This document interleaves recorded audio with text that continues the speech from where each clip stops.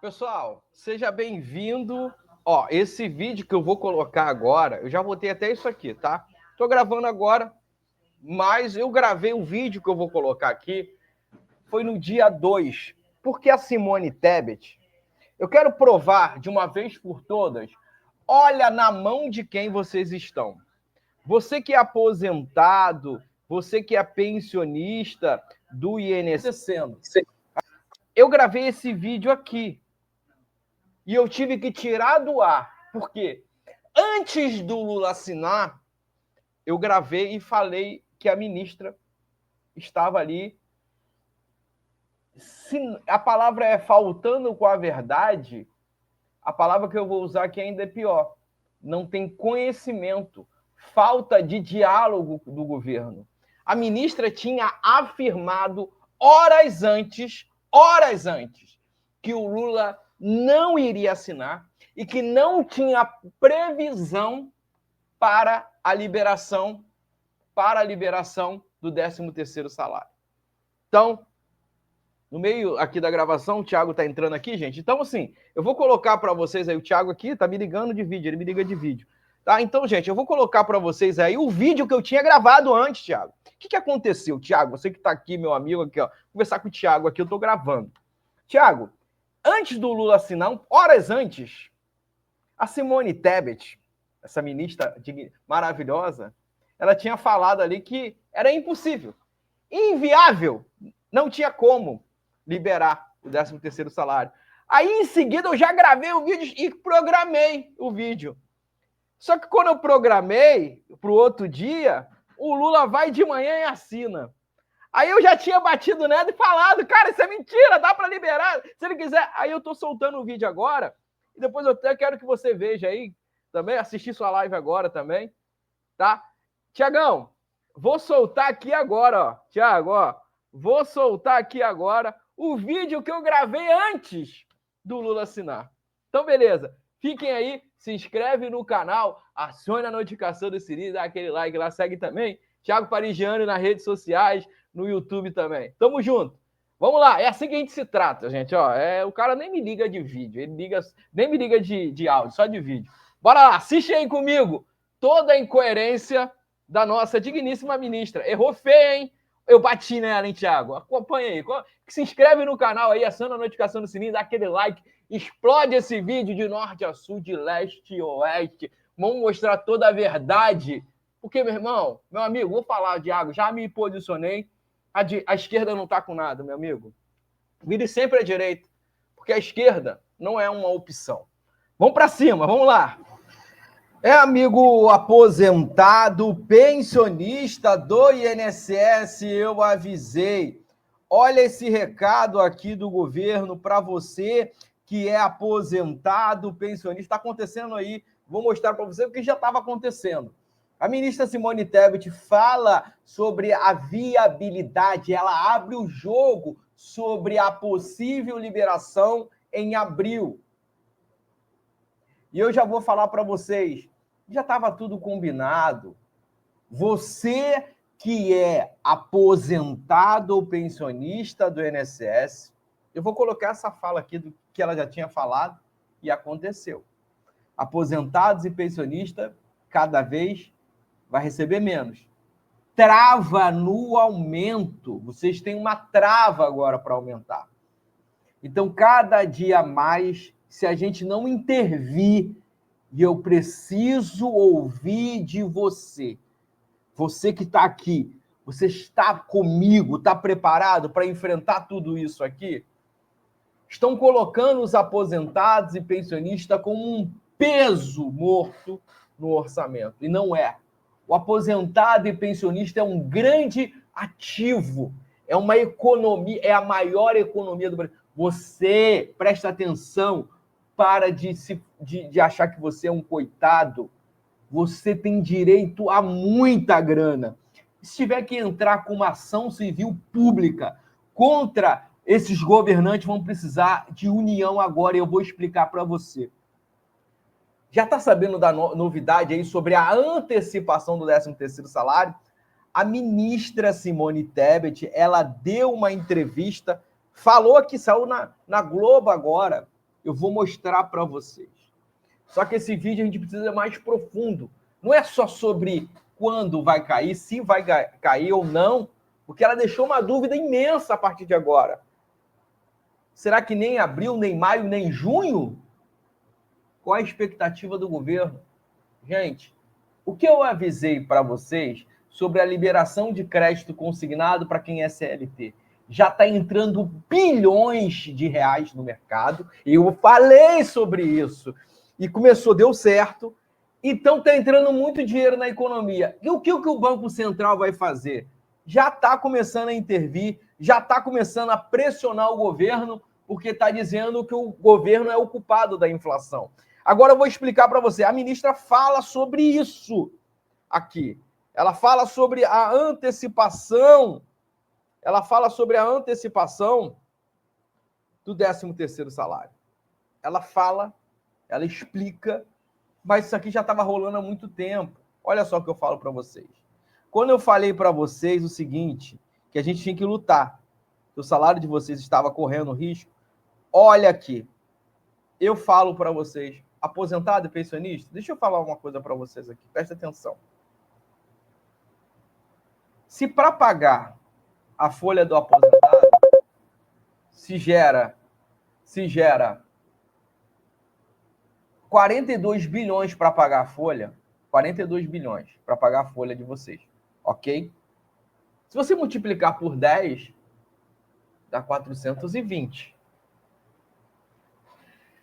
Para pagar a folha de vocês, dá mais ou menos 500 bi para pagar a folha de vocês.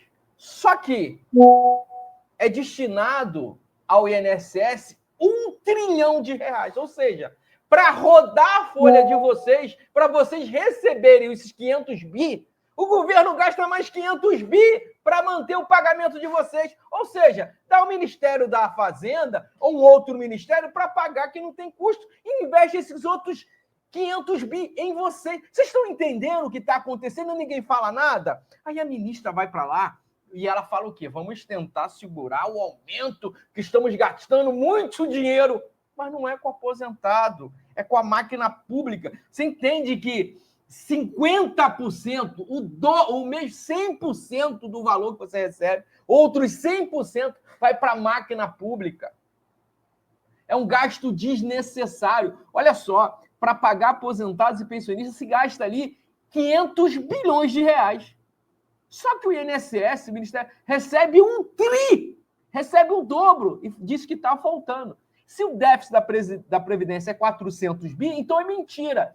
Se recolhe 600 bi, dá para pagar 500 bi aos aposentados e ainda sobra 100 bi. Essa é a conta verdadeira.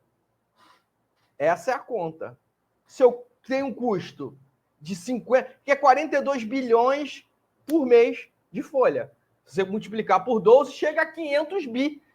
E cadê os outros 500? Imagina se fosse revertido para você. É seu esse dinheiro. Imagina que todo mundo recebeu no dobro. Sabe o que ia acontecer? Se tivesse todo mundo recebendo o dobro, ninguém tinha pegado empréstimo consignado. O cara que ganha 3.500, que é um salário mínimo, deveria estar recebendo 3. Isso não ia precisar de empréstimo. Porque em 2 meses ele tem 6 mil.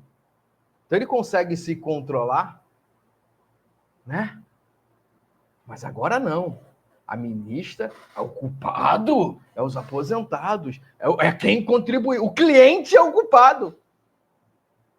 Eles estão lá para administrar o dinheiro do investidor, que quando você vai buscar, nos outros, não é aposentado, é investidor. O nome é investidor. Tinha que ser investidor. Ele pagou e investiu na Previdência para ter o dinheiro dele de volta. Não é benefício. Ah, número do benefício é uma ova que é benefício. Não é número do benefício, não. É número do investidor. Número do contribuinte. Receber o olerite. Recebeu os informes. Aí bota como benefício. Aí bota vocês como coitado. Como se vocês estivessem ali precisando da ajuda do governo. E não é isso. Vamos entender para onde está indo esse dinheiro? Não sou eu falando, é a ministra. Vamos lá, olha aí, ó. deixar para falar sobre a questão do controle de gastos no final, que está relacionada à pergunta seguinte. Vossa Excelência tem absoluta razão, eu trouxe aqui, e aí eu gostaria de mostrar um quadro sobre essa pergunta, que é como superar o problema do crescimento das despesas obrigatórias e das despesas discricionárias rígidas, que estão vinculadas à receita corrente líquida. Os relatórios têm explicitado esse problema, o crescimento real, e dentro das despesas discricionárias nós temos vários pisos e tudo mais. Eu acho que isso também está relacionado, se me permitir já, porque eu vou juntar essa pergunta ao crescimento das despesas previdenciárias, já que também elas são obrigatórias, deputado Cajado, e eu não vou fugir da resposta, porque uma está ligada à outra. Olha aí. Né? De uma forma geral, as três perguntas são o seguinte: as despesas obrigatórias estão crescendo, estão comprimindo as despesas discricionárias, não se sustenta, nenhum governo, seja esse ou seja o próximo, tem condições de governar, de criar políticas públicas, de aperfeiçoar políticas públicas com despesas discricionárias menores que 10% do orçamento, essa que é a grande realidade, e dentre elas, deputado Cajado tem razão, tem o crescimento exponencial das despesas previdenciárias. A média do mundo é muito diferente da nossa, e dentro disso também tem a questão dos pisos da educação e da saúde, acho que eu estou linkando, e dentro disso tem... aí são as últimas duas. Então, eu respondo a essas perguntas, deixando muito claro. O nosso papel, pode colocar, eu acho que eu vou até apresentar uma lâmina só, voltei no século passado, né? Um slide só.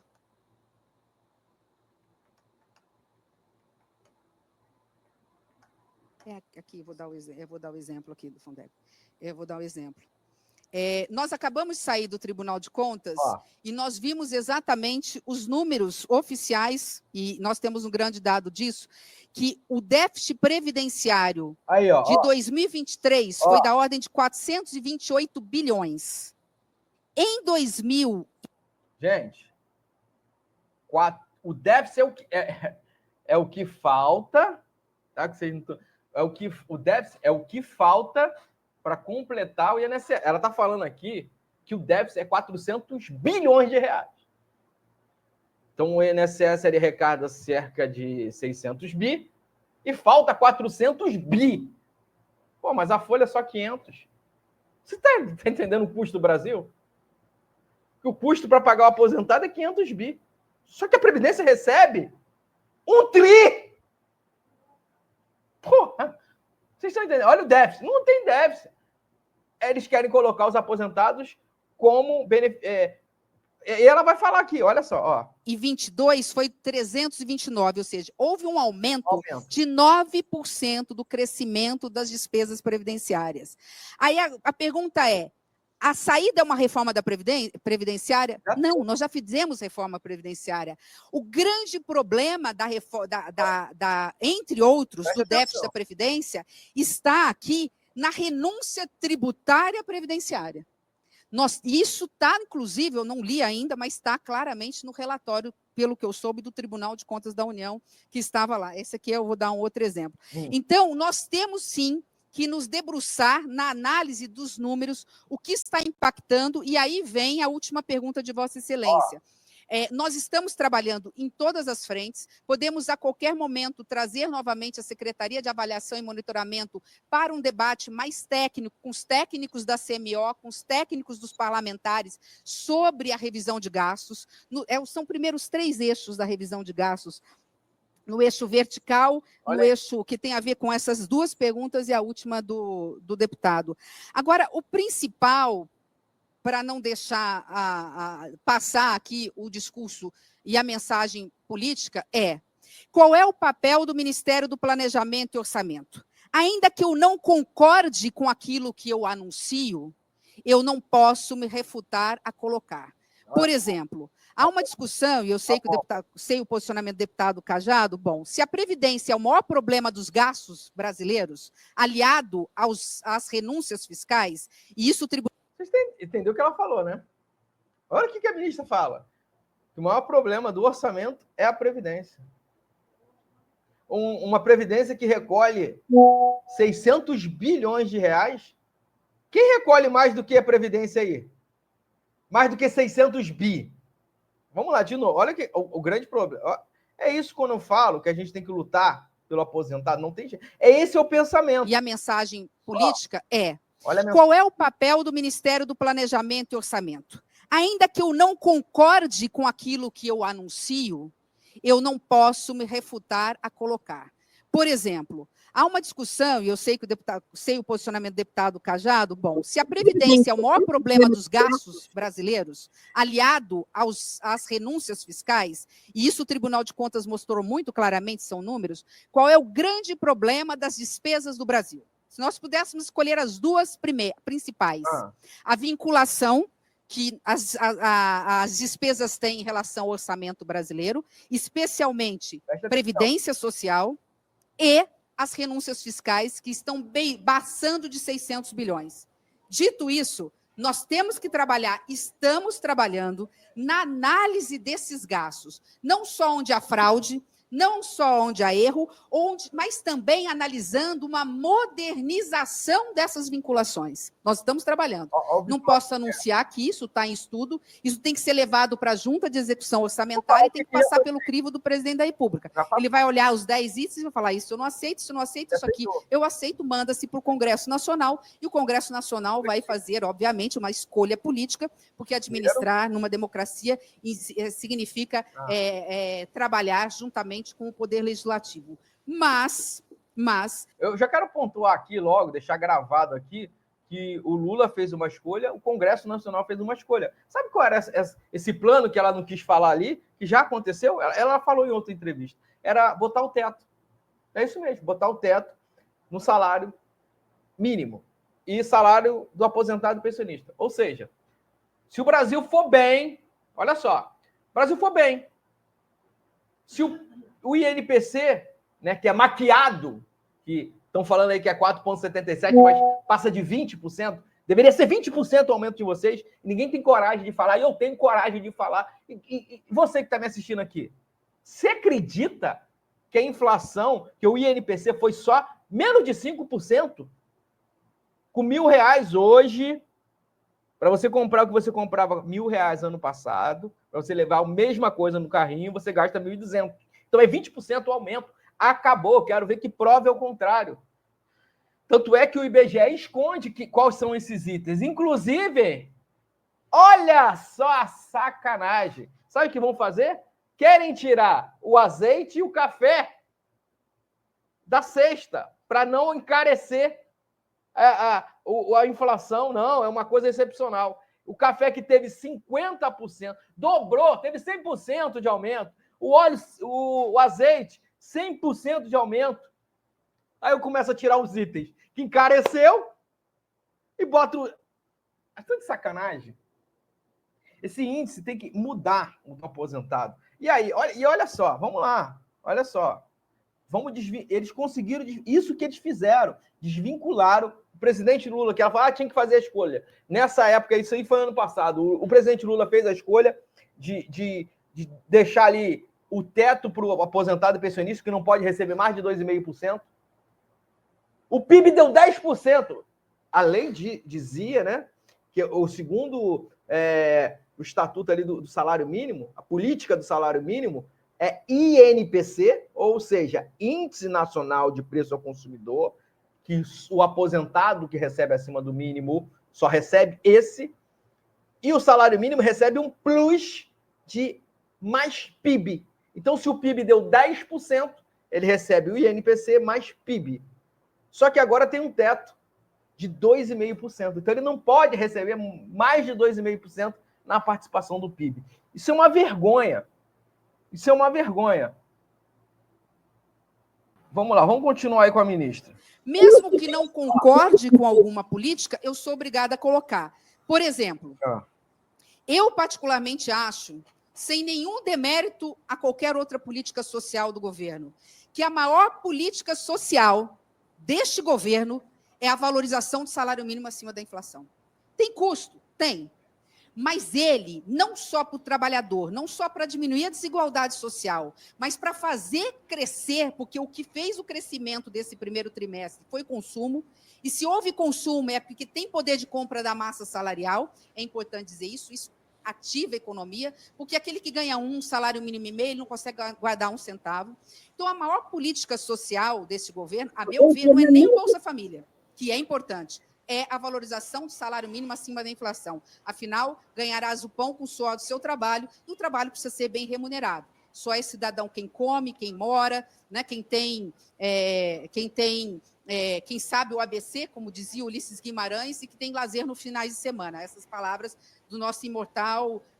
E dá para viver com isso tudo, Simone Tebet? Dá para viver? Não dá. Né? Agora, gente, está ficando muito grande aqui a fala dela. Eu quero já ir na outra contramão a isso. Né? Quando eu falo que tem dinheiro, aí vem isso aqui, ó. Eventual antecipação do 13º salário é inviável em abril, diz ministra. Simone Tebet indicou que, se aprovado pelo presidente Luiz Inácio Lula da Silva, a antecipação do 13º salário aposentado deve ser feito maio, julho deste ano. A decisão ainda precisa ser formalizada pelo presidente Luiz Inácio Lula da Silva. Eu vou fazer o seguinte. Eu vou acabar essa live agora, eu vou entrar em contato com o deputado federal Pompeu de Matos. Eu vou sair entrando em contato com deputados agora, que a gente vai formalizar esse pedido. Precisa formalizar? Não está formalizado ainda? Vai formalizar agora. Gente, aguarda o próximo vídeo aí, que eu vou fazer o pedido agora da solicitação, porque dá para pagar em abril. Eu estive em Brasília, tá? Só para... E o INSS, inclusive, tem a capacidade, já tem um orçamento aprovado, inclusive de pagar integralmente, e eu vou mostrar para vocês. Eu estive lá, conversei com o presidente do INSS, na época, Leonardo Rolim, fiz essa pergunta ao vivo lá na sede de Brasília. Aí ninguém me contou, eu perguntei, tem como pagar? Tem capacidade? Ele falou, Felipe, nós temos a total capacidade. Gente, você sabe que quem faz o pagamento do INSS, existe uma empresa, uma outra autarquia chamada Dataprev. A Dataprev, ela tem a capacidade, ela é especialista nisso. Ela, inclusive, é uma das melhores. Foi ela que pagou o auxílio emergencial a todo mundo. E ela que faz o pagamento. Não é o INSS que paga vocês. Ele administra, mas quem faz os pagamentos, né, as averbações, tudo é a Dataprev. E a Dataprev é especialista nisso. E ela tem total capacidade. Ela está ali. Isso para ela não é problema nenhum. Se o governo falar assim, ó, paga segunda-feira, ela tem a capacidade de pagar integralmente na segunda-feira. O resto é balela. O Felipe Brito está falando. E desafio qualquer um do governo a provar o contrário. Tudo que estão falando aí não é. Falta esforço. Falta se debruçar na causa, tá? Porque quando eles querem, meu amigo, aprovaram na transição em 2022, o Lula, antes de assumir, na transição, ele conseguiu um valor, ainda o presidente era o Bolsonaro, de 100 bilhões de reais para começar a gastar. Eu nunca vi isso. 100 bilhões de reais na transição. O governo dele estava lá, Geraldo Alckmin, Simone Tebet, ainda no governo Bolsonaro, conseguiram com o Congresso Nacional 100 bilhões. Vai dizer que não consegue pegar no que já está no caixa da empresa, o orçamento já está liberado, e fazer assim, ó, Ctrl-C, Ctrl-V, dinheiro na conta. Brincadeira. Eu vou trazer essa entrevista dela completa aqui para vocês no próximo vídeo. Pessoal, esse vídeo aí eu gravei, né? Eu gravei ali no dia 2, tá aqui, né? Na matéria você vê aí, né, a data ali da publicação. A gente não tá brincando aqui não. Nós estamos sempre atentos com informações e olhando o comportamento do Congresso Nacional. A ministra falou e, em seguida, eu avisei que essa informação não era correta. Horas depois, Luiz Inácio Lula da Silva assinou. Acredita no nosso trabalho. E acredite sempre também que o melhor ainda está por vir e só está começando. Tchau, tchau.